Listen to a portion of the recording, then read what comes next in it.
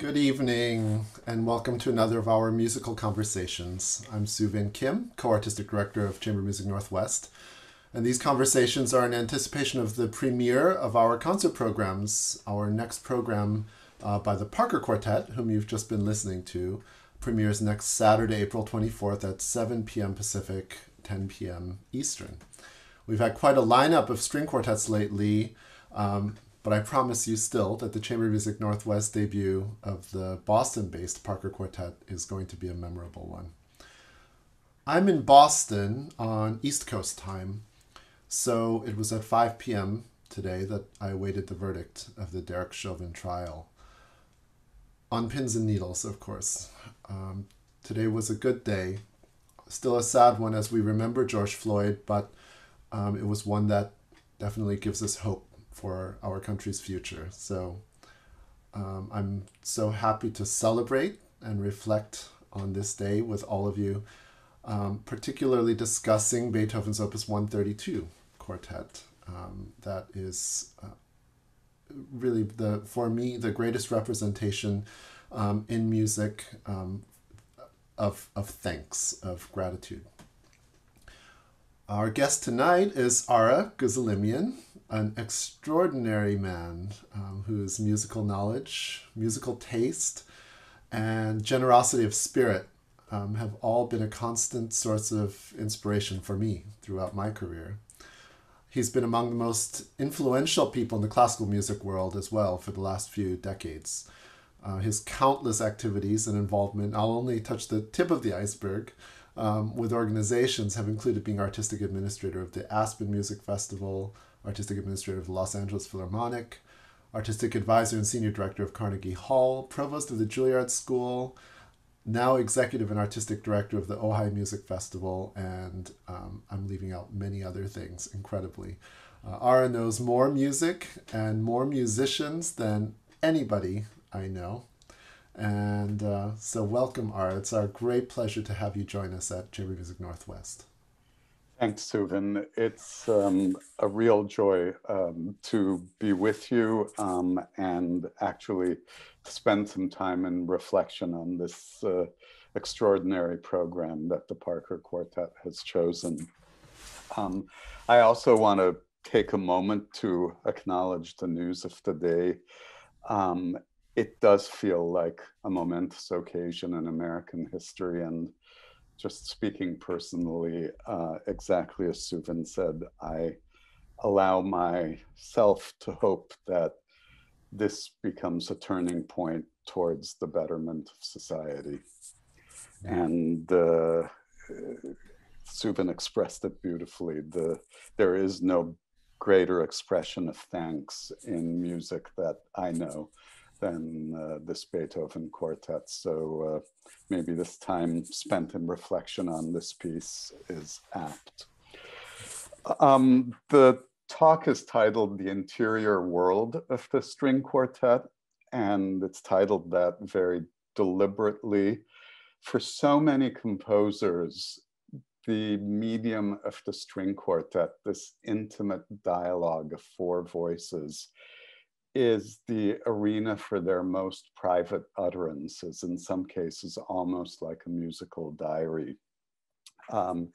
Ever since Haydn liberated the string quartet from playing light music dominated by a first violin to a medium that allows for profound expression among four equal voices, composers have so frequently turned to this medium for what they don't express in other realms. And tonight's program is actually a case in point, particularly in the case of Beethoven. Beethoven's 16 string quartets represent a nearly 30-year span that takes him from the age of 30 to his late 50s. And if we knew nothing more of Beethoven than these 16 string quartets, we would not only trace his development as a composer, but in essence track his spiritual and emotional and personal growth and development. And that occurs in so many other cases. Bartók's string quartets span also 30 years, from 1908 or 1909 to 1939, from a composer just shy of 20 to a composer on the cusp of 60. And again, a kind of diary, even of the world, as Bartók lived through the First World War, when the Second Quartet was composed, and wrote his Sixth Quartet on the eve of the Second World War. For Shostakovich, his 15 string quartets are in a way his greatest act of private defiance. He had to live a public life of a composer in service to a regime of brutality and totalitarianism. And in so many coded ways within the more interior world of his string quartets, he allowed his dissent and despair to speak, even when he had to write outwardly cheerful marches and cantatas in praise of the Russian Revolution. So, and those are the best known examples in a sense, but even a composer like Smetana wrote a string quartet titled From My Life, which is directly autobiographical.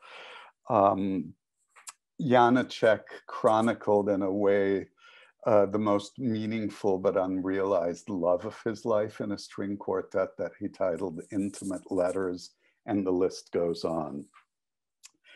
So tonight we'll explore quartets that span 170 years. We begin with Tom Adès' Arcadiana, which dates from 1994. And then we jump back to one of the greatest of all of Beethoven's string quartets, to 1825, to the string quartet in A minor, opus 132. Tom Adès is very much with us. He just celebrated his 50th birthday. He was born in 1971. And this quartet is this enormous burst of a young composer announcing himself to the world. He wrote it mostly in 1993 and 1994. So we're talking about a 22-year-old composer. And Tom Adès' talents don't begin and end with composition. In a way, he's the present generation successor to Benjamin Britten. Like Britten, he was, who was a brilliant pianist, a brilliant conductor, a brilliant festival organizer, as well as a composer. Tom Adès shares all of those qualities. And I would urge you to explore some of his work as a pianist. He's made some very beautiful Schubert and Janacek recordings.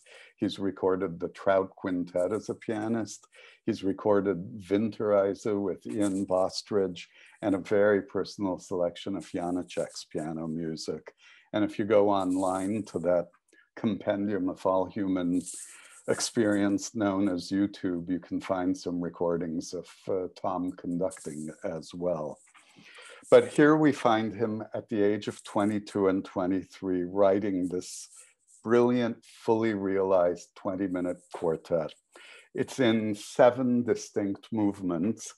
The title is very meaningful. Arcadiana refers to Arcadia, and the definition I like the most, which I found, comes from the Cambridge Dictionary, which says, Arcadia, an image or idea of life in the countryside that is believed to be perfect. It does have this sense of Arcadia suggests innocence and rustic joys and pastoral poetry. But in Thomas Adès' realization, it's more about vanished and vanishing idols. He, in a note about the piece, writes, "This is about a here that is gone or going." And Tom, and forgive me if I refer to him by informally by first name, I've had the pleasure of working with him, is somebody with an encyclopedic knowledge and love of all music.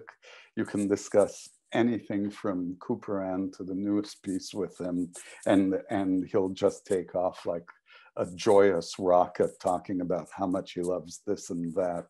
And this piece reflects that breadth of knowledge of music that preceded him. So let me quickly talk through the 7 connected movements. In the Parker's performance, we'll hear it as a continuous whole. It's about 20 minutes long, but it's in 7 quite contrasted movements, and we'll explore a couple of them in more detail in a minute. The first one is called Venezia Notturno, and it celebrates the barcarolle, the rocking gondolier rhythm, so beloved, especially of romantic composers, of people like Liszt, who wrote the Black Gondola, or Chopin, who wrote a famous solo piano barcarolle. The rocking rhythm, now somewhat less idyllic. The second movement is a funny reference to a moment in the Magic Flute. The title is Das klinget so herrlich, das klinget so schön. It sounds so lovely, so beautiful. It's the moment when Papageno plays his bells to charm the rather monstrous Monostatos, who's in service of the Queen of the Night. I would say in Tom Adès' realization, it's slightly more Queen of the Night than the charm of the bells. And in fact, this short movement ends with a sly, subtle quote of the Queen of the Night. Third movement is called Aus dem Wasser zu singen, to be sung on the waters. It's a reference to a Schubert song of the same name. And the dominant figuration is what appears in the piano in the Schubert song. The fourth movement actually takes a musical and visual arts reference. It's called et, and in Latin, ... and in parentheses, tango mortale, deadly or mortal tango. The reference here is to a painting by Nicolas Poussin called Et in Arcadia Ego, which translates to even in Arcadia, there I am. And the painting is of 3 sort of mythical figures and a shepherdess looking at a gravestone, and you can interpret even in Arcadia, there I am, multiple ways. It could be even in Arcadia, nonetheless, there is death. Or if you want to look at it in modern psychological terms, even when I'm in Arcadia, there I still am. I'll leave the choice to you. Fourth movement refers to a Watteau painting. It's called L'Embarquement. And also, as we'll hear, we'll explore that movement in a second. Tom's fascination with the music of the French Baroque and Couperin in a very abstracted contemporary way. The sixth movement is quite a surprise. It's called O Albion, and Albion is a kind of poetic term referring to Great Britain. And it is an extremely beautiful hymn-like nostalgic kind of slow movement that is quite a surprise after what precedes it. And if you know the Enigma variations of Edward Elgar and the very beautiful central slow movement, the Nimrod variation, which is often played in ceremonial occasions and memorials, it's a kind of modern day cousin to Elgar's Enigma. And then the final movement is called Lethe, L-E-T-H-E, which is the river of forgetting in Hades. How does this manifest itself in musical terms? The most astute observation about the piece I found was just a line by Mark Swed, the music critic of the Los Angeles Times, who wrote, "The music feels modern, the old world as a contemporary dream. It's an endlessly brilliant piece in its construction, but it's also unmistakably expressive in its very wide range of emotions. And let me maybe make my point by exploring two movements quickly. And we're actually going to turn and preview the performance recorded by the Parker String Quartet. The violinists are Daniel Chong and Ken Hamau. The violist is Jessica Bodner, and the cellist is Ki-hyun Kim. And this recording, the performance that is the centerpiece of our activity, was made in Mechanics Hall in Worcester, Massachusetts, which is, as you will see, an extraordinarily beautiful setting and the site of a number of recordings in this and other series during this time of remote recordings. We'll begin first with listening all the way through to Venezia Notturna. The movements, 7 movements in 20 minutes, means each movement is quite short. And Venezia Notturna, as I said, is this barcarolle that's a little askew. And the hardworking violist, Jessica Bodnar, is our gondolier in a sense, because she has that kind of barcarolle rhythm of the rowing of the boat. But it is neither nostalgic or romantic, this journey in Venice on a gondola, but rather a little like Britten's Death in Venice, a voyage that's slightly off balance and unsettling in unmistakable ways in the irregularity of the music and the interjections of the other instruments. So with that as introduction, let's settle in for about two and a half or so minutes to this first movement of Tom Adès' Arcadiana, called Venezia Notturna, as played by the Parker Quartet.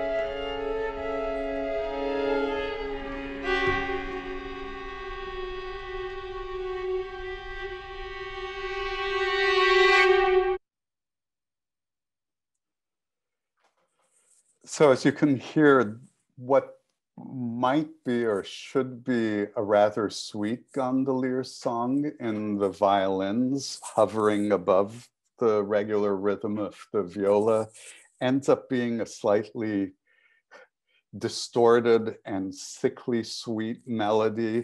And even the pizzicatos in the cello don't quite land with the regularity you want them to land. So it's this idyllic scene that's ever so slightly askew in ways that you can't quite put your finger on it. And yet it's recognizably a kind of Venetian song, which is exactly what he's after. I wanted to say, as many of you probably know, the audio quality on Zoom isn't the highest quality, and so we're hearing a somewhat limited version of the audio in this Zoom gathering. But on Sunday, you will have the benefit of absolutely full spectrum audio when we watch the performance as a whole. So now I want to jump to the movement that I refer to, l'embarquement, which is based on a Watteau painting. And as I said, it takes, has subtle references to French Baroque music. And in the middle of it, this kind of very pronounced melody breaks out. It's unmissable. And yet the phrases are slightly halting and they don't quite take a life. This is one of the lighter movements, but even it has a slightly off balance feeling to it. And just as you've adjusted to this off balance work, off balance mood, I should say, we suddenly seamlessly enter the next movement, which is O Albion, which is this incredibly beautiful hymn-like, nostalgic salute to an idyllic Britain that no longer exists, much as Elgar remembered a Britain that was on its way to transforming into the 20th century when he wrote his Enigma variations. And after the harmonic distortions of some of the preceding movements, we're suddenly in a very cushioned E flat. Nothing fancy, just straight E flat. And I also would say there is a subtle reference here to the cavatina in the Opus 130 string quartet of Beethoven, also in the same key. And we're not going, I want to have you experience O Albion and the beauty of this kind of serene and unexpected movement in the full performance. But we'll hear all of l'embarquement, sort of this Couperin-like, with the strange, lovely melody that breaks out but doesn't quite get realized within it, and then the sudden change of mood to this serene hymn. So we'll now go to what is the fifth and a little bit of the sixth movements. And in total, it's also about 3 minutes. So you can hear the transition of mood between movements in this case.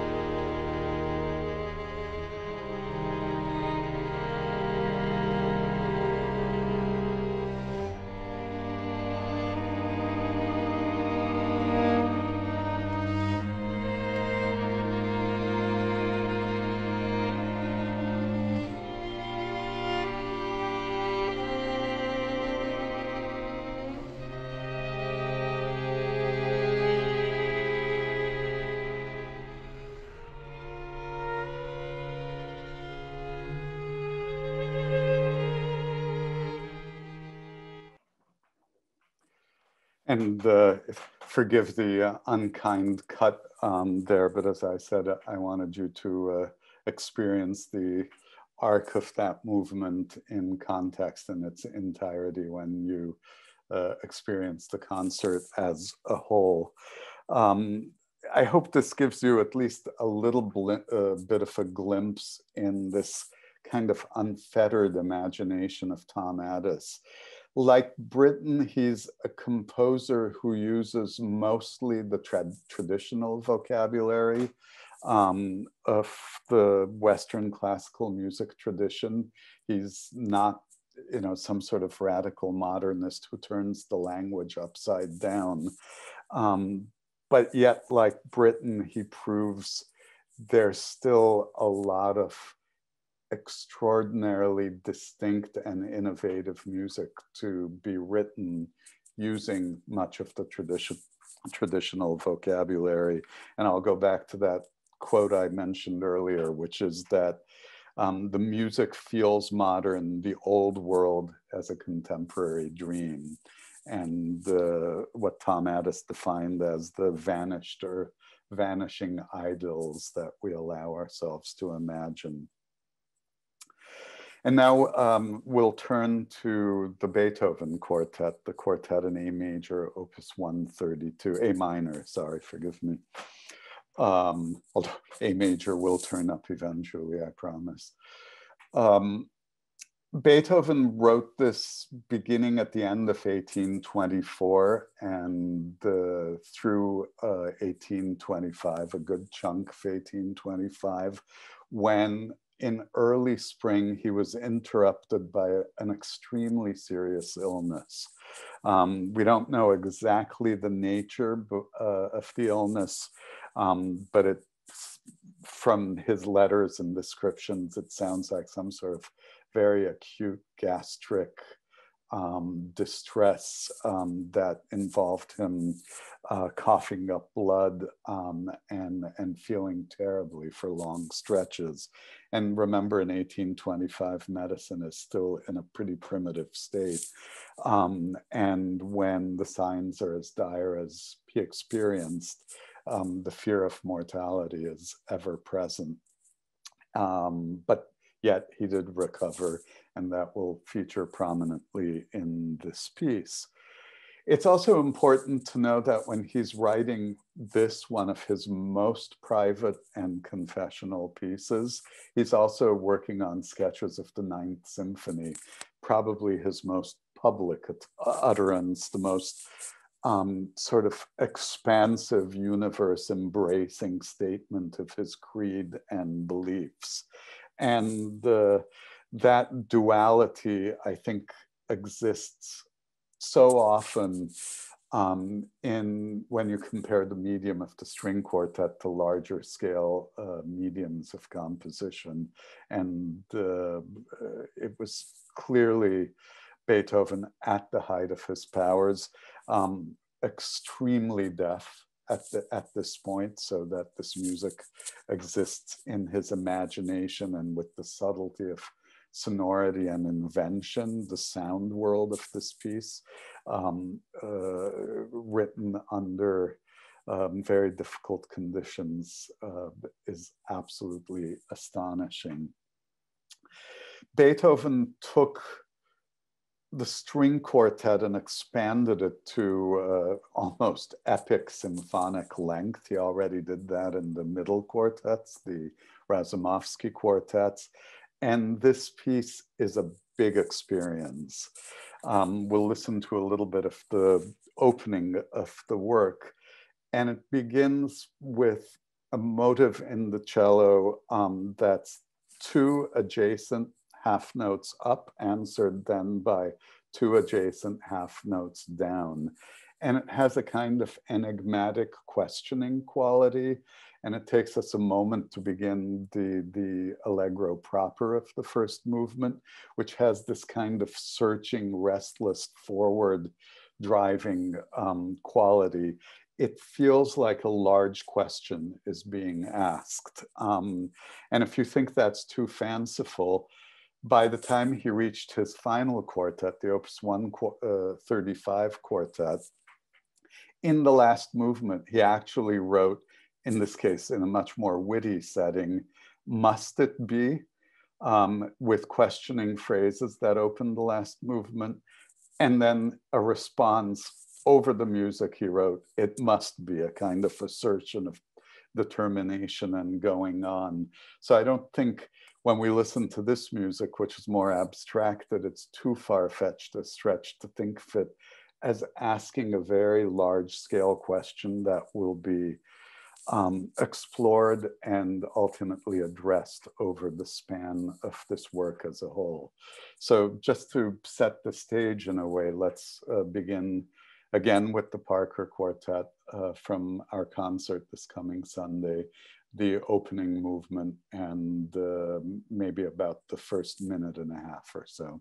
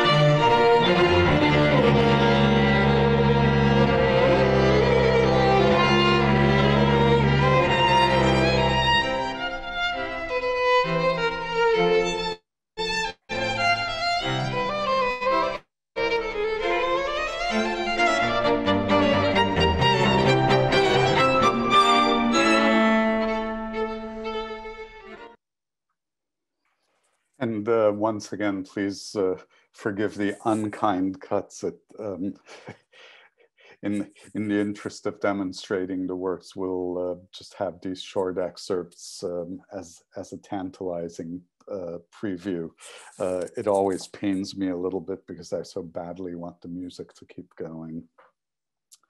As you heard, there's this very expansive quality to the question that's being asked, and we're about to embark on a 45-minute journey that will take us through a deep and deeply affecting range of emotions. Beethoven lives full of contradictions. He can write music of the most astonishing profundity, as well as music that's a very good joke, as well as a music that is quirky and in his day extremely adventurous and exploratory. So in the second movement, we go to a very different mood. It's a faster movement. Somewhere it serves as a contrast. He also was a master of pacing of the moods over the expanse of the work. And we hear some ascending scales that don't sound very promising, but then burst into a very inventive movement. And in the center of it is a contrasting section, a trio that feels like what often happens in Haydn quartets, which is that there's a kind of rustic folkloric element with drones and violins and the viola and cello imitating bagpipes, except in this case, everything is in a very suspended high register. So it's some sort of floating kind of almost evanescent sort of folk music that floats slightly above. The structure of the piece is that there are 5 movements, and the first and the last movements are in essence a pair, and then the second and the fourth movements are the contrasting and in some ways lighter movements to provide a different mode of expression. And then right at the core of the piece is the extraordinary slow movement. And Beethoven unusually gives this movement a title. It is, I thought I had written it down, which I'm not going to, it is not in front of me at the moment, sorry about that. The short version is Heilige Dankgesang, and Soovin, if you can rescue me. I thought I had it right in my notes, right in front of me. Well, the translation, the English translation is the most important part. Heilige Dankgesang means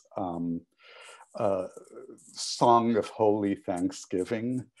And the English translation of the title as a whole is A Convalescent's Holy Song of Thanksgiving to the Deity in the Lydian Mode.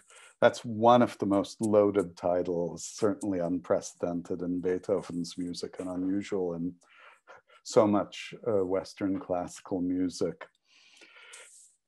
Beethoven writes out his recovery from this mysterious illness that he feared would kill him.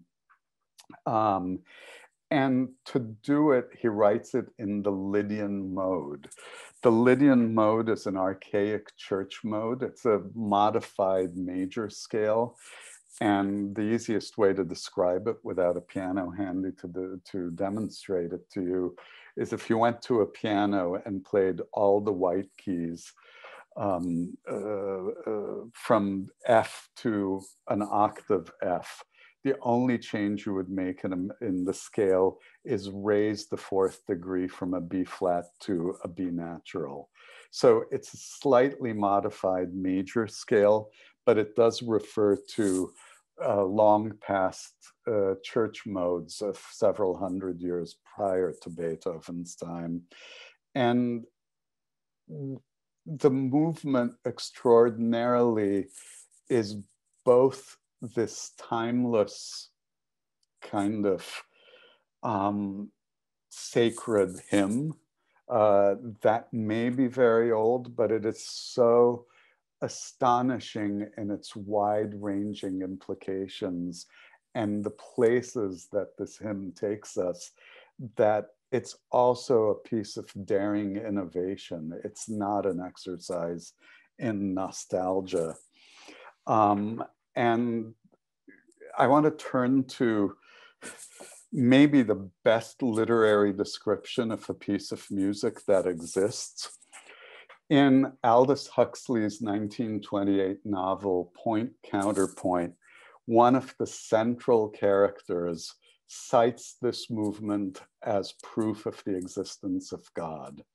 And Aldous Huxley, whose novel was published in 1928, in 1927, heard one of the first, if not the actual first, 78 recording of Beethoven's Opus 132 Quartet. And inspired by the heightened experience of listening to this song of holy thanksgiving at the center of this quartet, wrote the most elevated and inspired description of this music. And so if you'll indulge me, I actually want to read to you from Point Counterpoint of Aldous Huxley. And here's the German title right in it, so I'm rescued. This is very late in the novel. Spandrell was very insistent that they should come without delay. The heilige Dankgesang eines Genesenen an die Gottheit in der liedische Tonart simply must be heard. You can't understand anything until you've heard it, he declared. It proves all kinds of things: God, the soul, goodness, unescapably. It's the only real proof that exists, the only one, because Beethoven was the only man who could get his knowledge over into expression. You must come. Most willingly, said Brampion, but Spandrell interrupted him. I heard quite by accident yesterday that the A minor quartet had been recorded for the gramophone. I rushed out and bought a machine and the record specially for you. We skip to the next day when they're all gathered. Well, here we are, said Rampion when Spandrell opened his door to them the next afternoon. Where's Beethoven? Where's the famous proof of God's existence? In here. Spandrell led the way into a sitting room. The gramophone stood on the table. 4 or 5 records lay scattered near it. Here's the beginning of the slow movement, Spandrell went on, picking up one of them. I won't bother you with the rest of the quartet. It's lovely, but the Heilige Dankgesang is the crucial part. He wound up the clockwork, the disc revolved. He lowered the needle of the sound box onto its grooved surface. A single violin gave out a long note, then another, a sixth above, dropped to the 5th, while the second violin began where the first had started, then leapt to the octave and hung there suspended through 2 long beats. More than 100 years before, Beethoven, stone deaf, had heard the imaginary music of stringed instruments expressing his inmost thoughts and feelings. He'd made signs with ink on ruled paper. A century later, 4 Hungarians had reproduced from the printed reproduction of Beethoven's scribbles that music which Beethoven had never heard except in his imagination. Spiral grooves on a surface of shellac remembered their playing.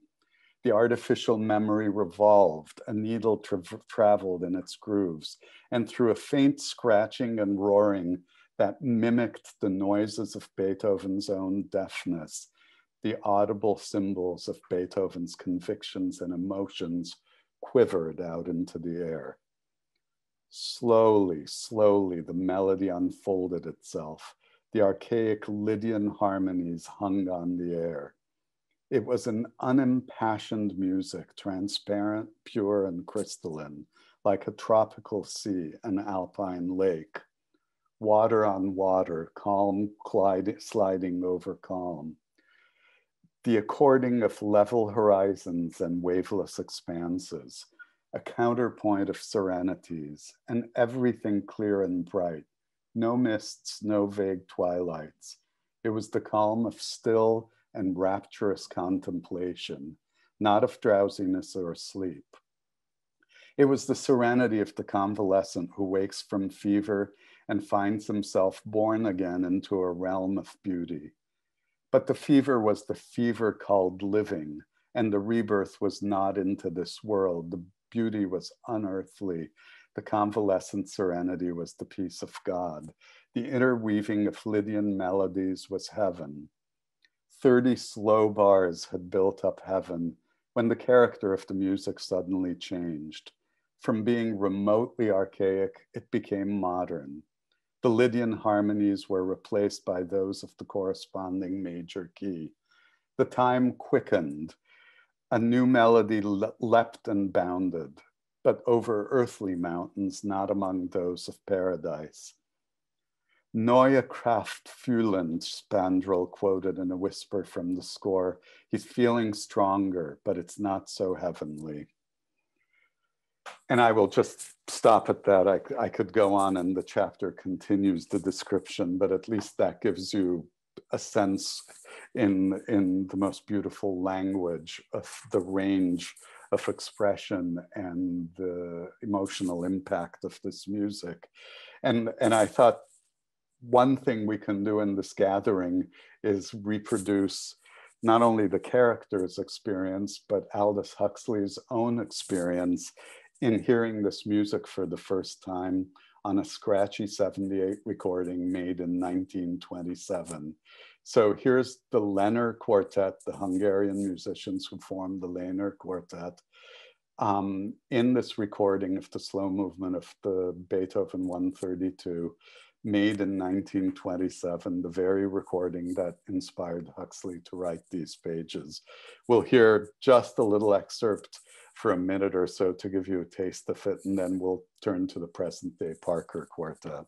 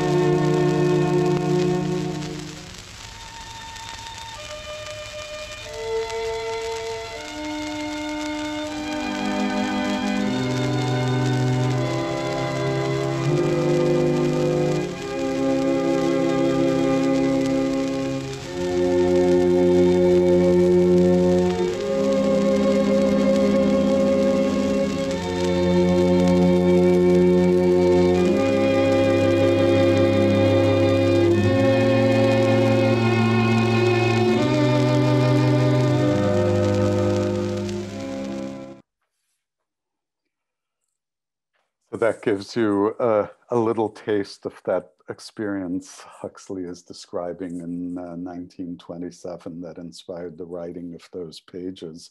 We'll leap forward to 2021. And again, I can't help a very personal comment.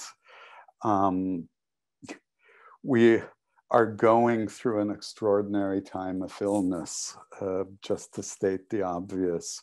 And again, this music regains its power to speak and move us and contain meaning. And when Beethoven, in the second section, writes mit Kraftfühlen, with renewed strength and vigor, suddenly a burst of hope, I think we can only share in that hope in our own world.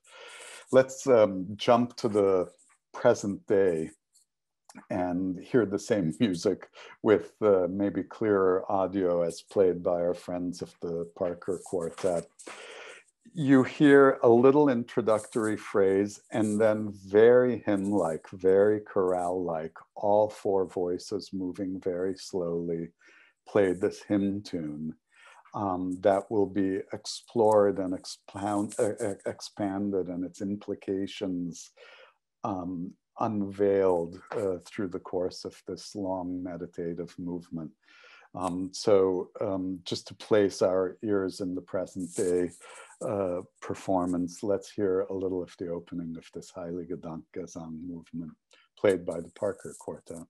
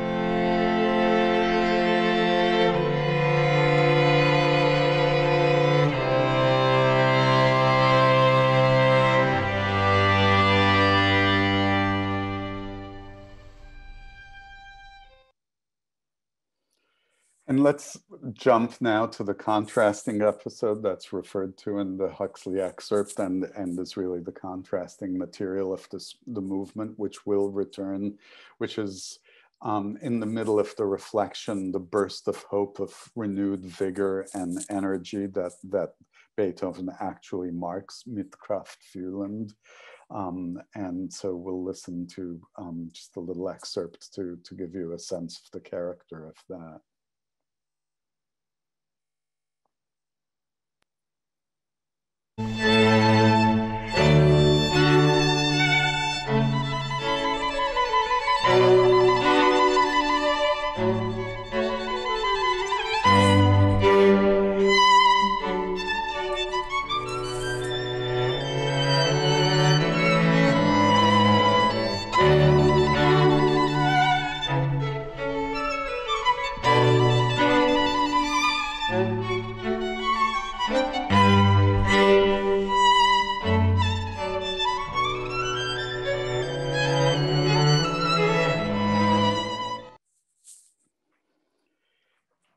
The chorale, the hymn that opened the movement, will return, and in its last appearance in this extraordinarily expansive movement, depending on the tempo a quartet takes, it can take 16 or even 17 minutes, which is an extraordinarily long movement, even in the context of a 45-minute quartet. It really occupies the core of this work and, in a way, the core of Beethoven's being. The last time the hymn tune returns, Beethoven again makes a very distinctive marking in the score, mit innigster Empfindung, with the deepest feeling, and the hymn tune rises to an intense intensity and fervor, but then subsides into the utmost serenity. And at the very end, all of the voices literally rise up. The voices become elevated. Even the cello is playing in the highest register at the end of the movement. And it's kind of a suspension arising at the end of the movement. It's literally elevated. Maynard Solomon, the great Beethoven biographer, whose incredibly perceptive biography of Beethoven I highly recommend to you, writes about this, quote, "The music here appears to become an implicit agency of healing, a talisman against death."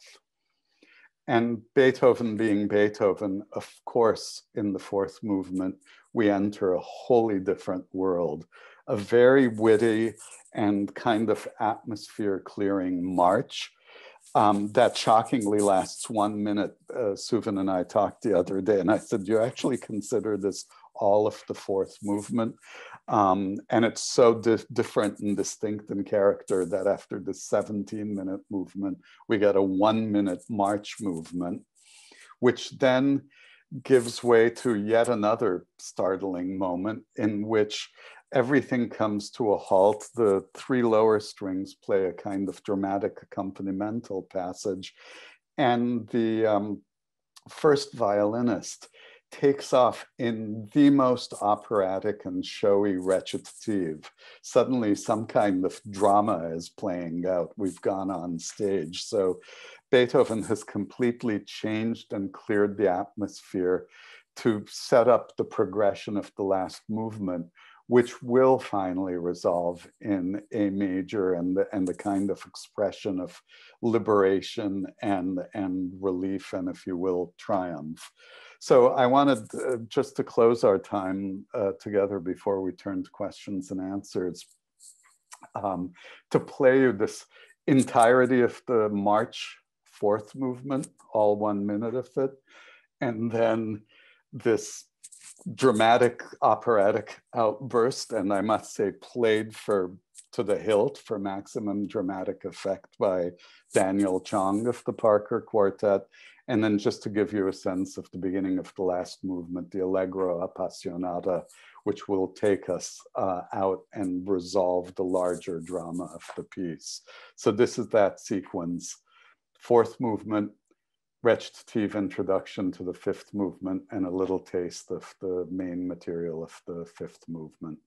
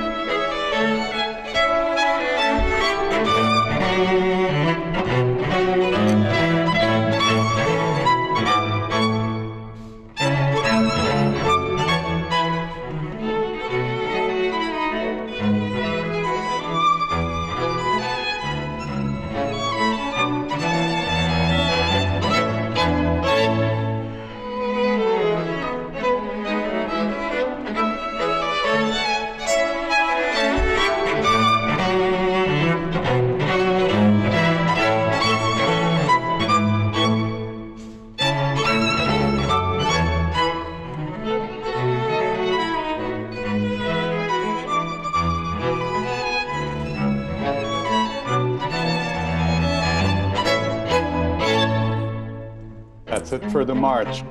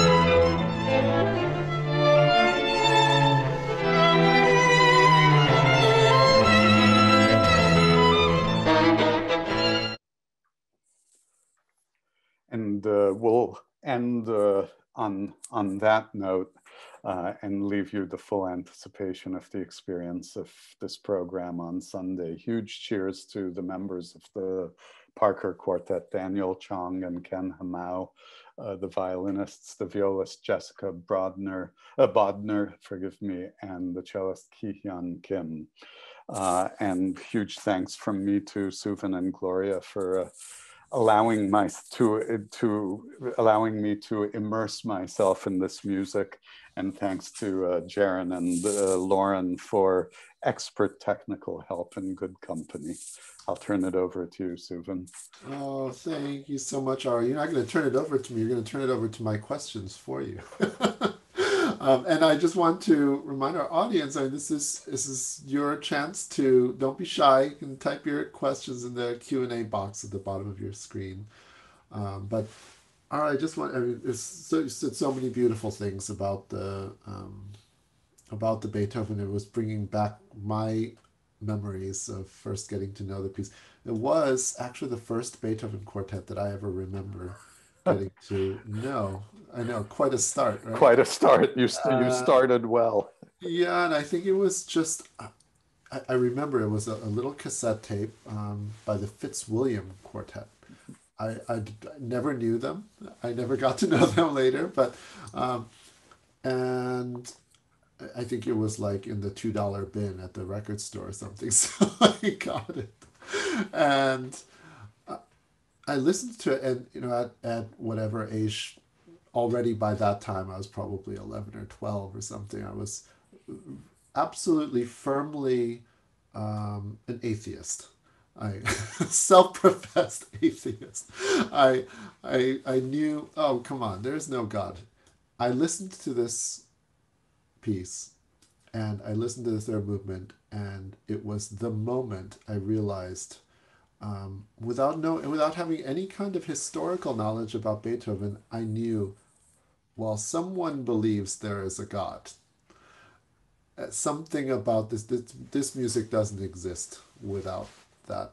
And I mean, it was really interesting. I very clearly remember it was kind of the moment in my musical life at all of age 12 or something, where I felt like I was really starting to get to know the man who wrote that work, or in each composer of their work. And it was very, very important for me.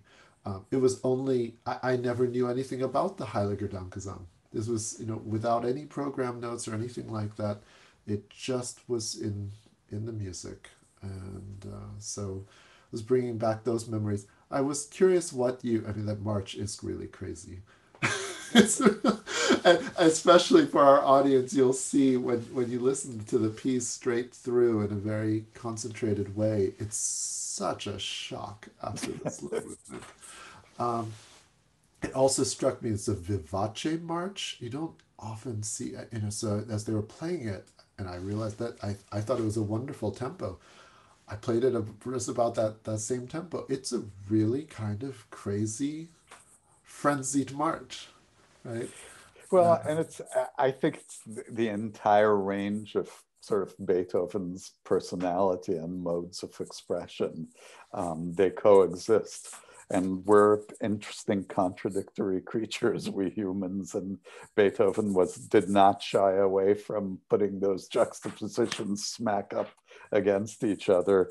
But also, you know, where do you go after a movement like the slow movement? And so I think there is a bit of air clearing that needs to happen. I imagine you leave a fairly long pause, do you, in performance between the end of the slow movement or the march and the march? Yes. Just to let the air settle for a moment. Yeah. But yes, But then the jolt comes. Yeah, it's a jolt anyway.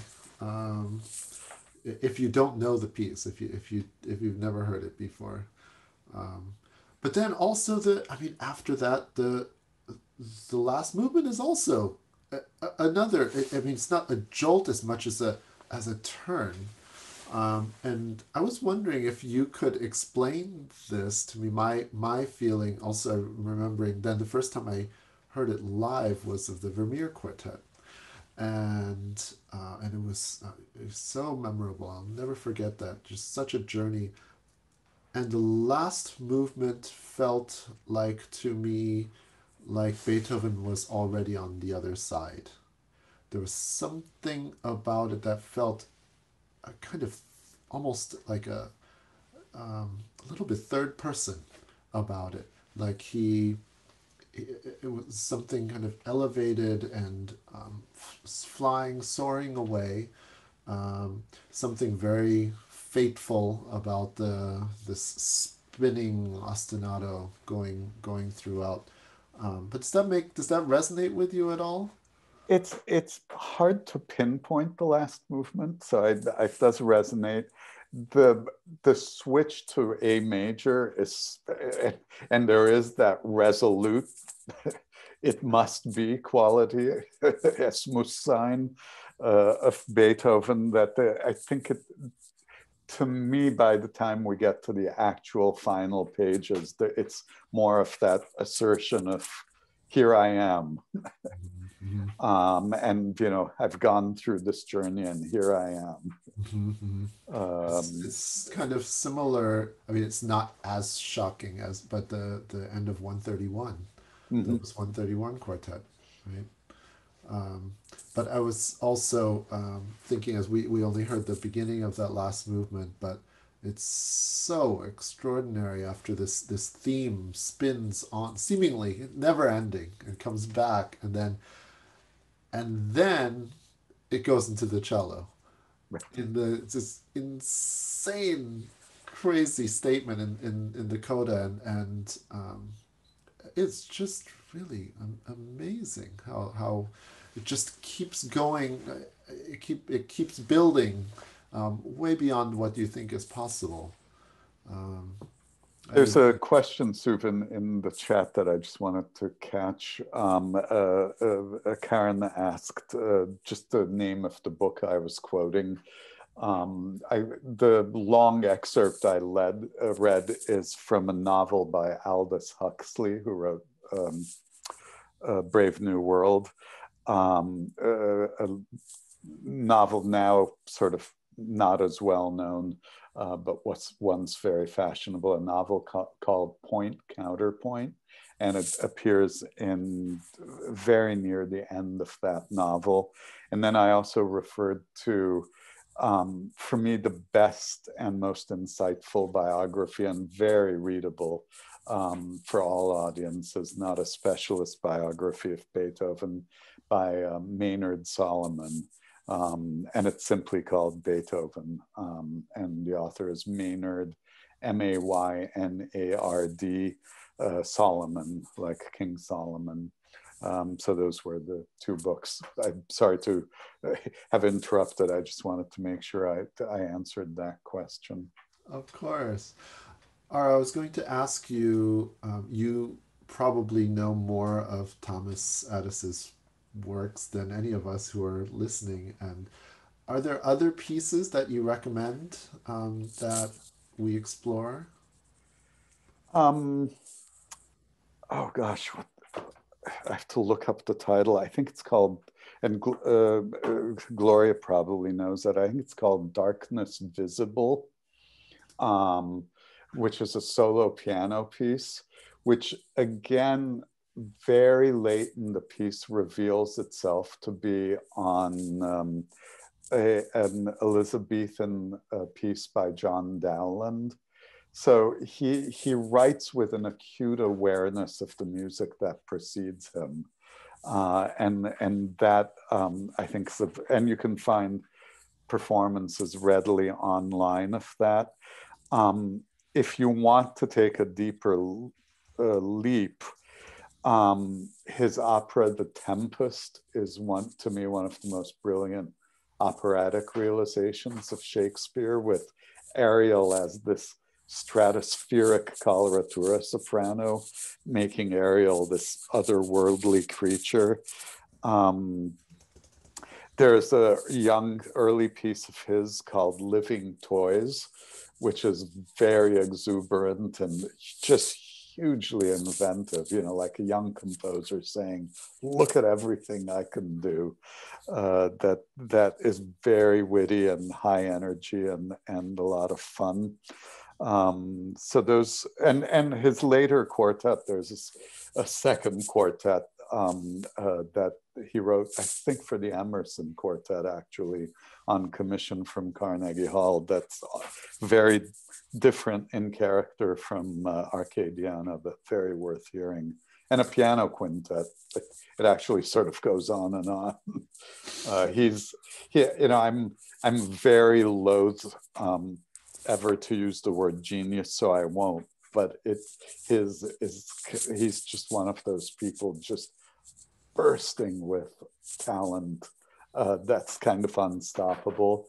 And as I mentioned at the beginning, as pianist, conductor, composer, and for a time he was music. So the festival that Benjamin Britten created, the Aldeborough Festival, Tom Adès was the artistic director of that festival for a time. So there's even a kind of direct link back to the Britten tradition. Yeah, it's very fitting that he was in that role, because it's very similar kind of talent to Britain that he do all encompassing. And I think genius is, I'm totally fine with calling Thomas Adès a genius. But my definition is scary talented beyond my comprehension, and Tom fits into that scary. He's a lovely guy, but it's like Yo-Yo and a few other people. It's like scary talented beyond my comprehension. Living Toys. What is the instrumentation of that? It's sort of chamber symphony. It's maybe 12, 14 players for ensemble, conducted ensemble. It's really hard and has a murderous high trumpet part that's really fun to listen to. Kind of a Brandenburg second trumpet solo gone wild. Mm-hmm. And and 4 quarters is probably the string quartet that you were talking about, right? And also Peter put in the chat The Exterminating Angel, brilliant opera written on operatic realization of the Louis Buñuel film that played at the Metropolitan Opera. Mm-hmm.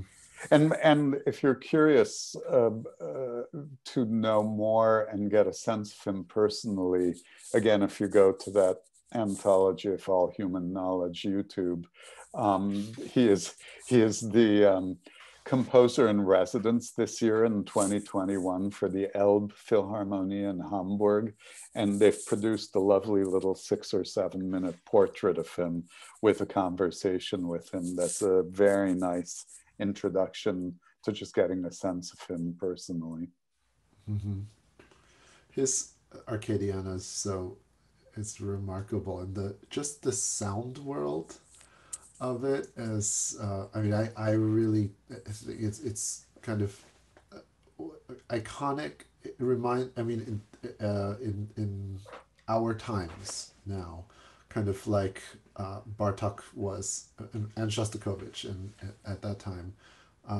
It reminded me, certainly reminded me of some of Kurtak's quartet sounds, mm-hmm. and there was a relationship there between them, right?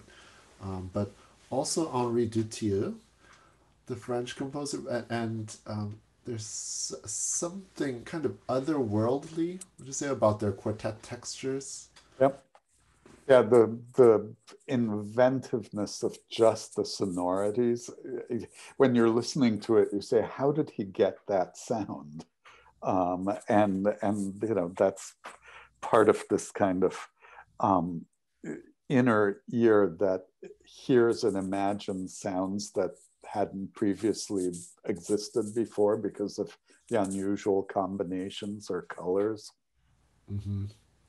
Yeah, it's I'm so glad that the Parkers chose to play this and that we all got to spend some really great time with it. And I know it's given Gloria and me a lot of ideas, wheels turning about Thomas Ades's works in the future. So I think, unless there are any last minute questions, um, Ara, I think you were so exhaustive.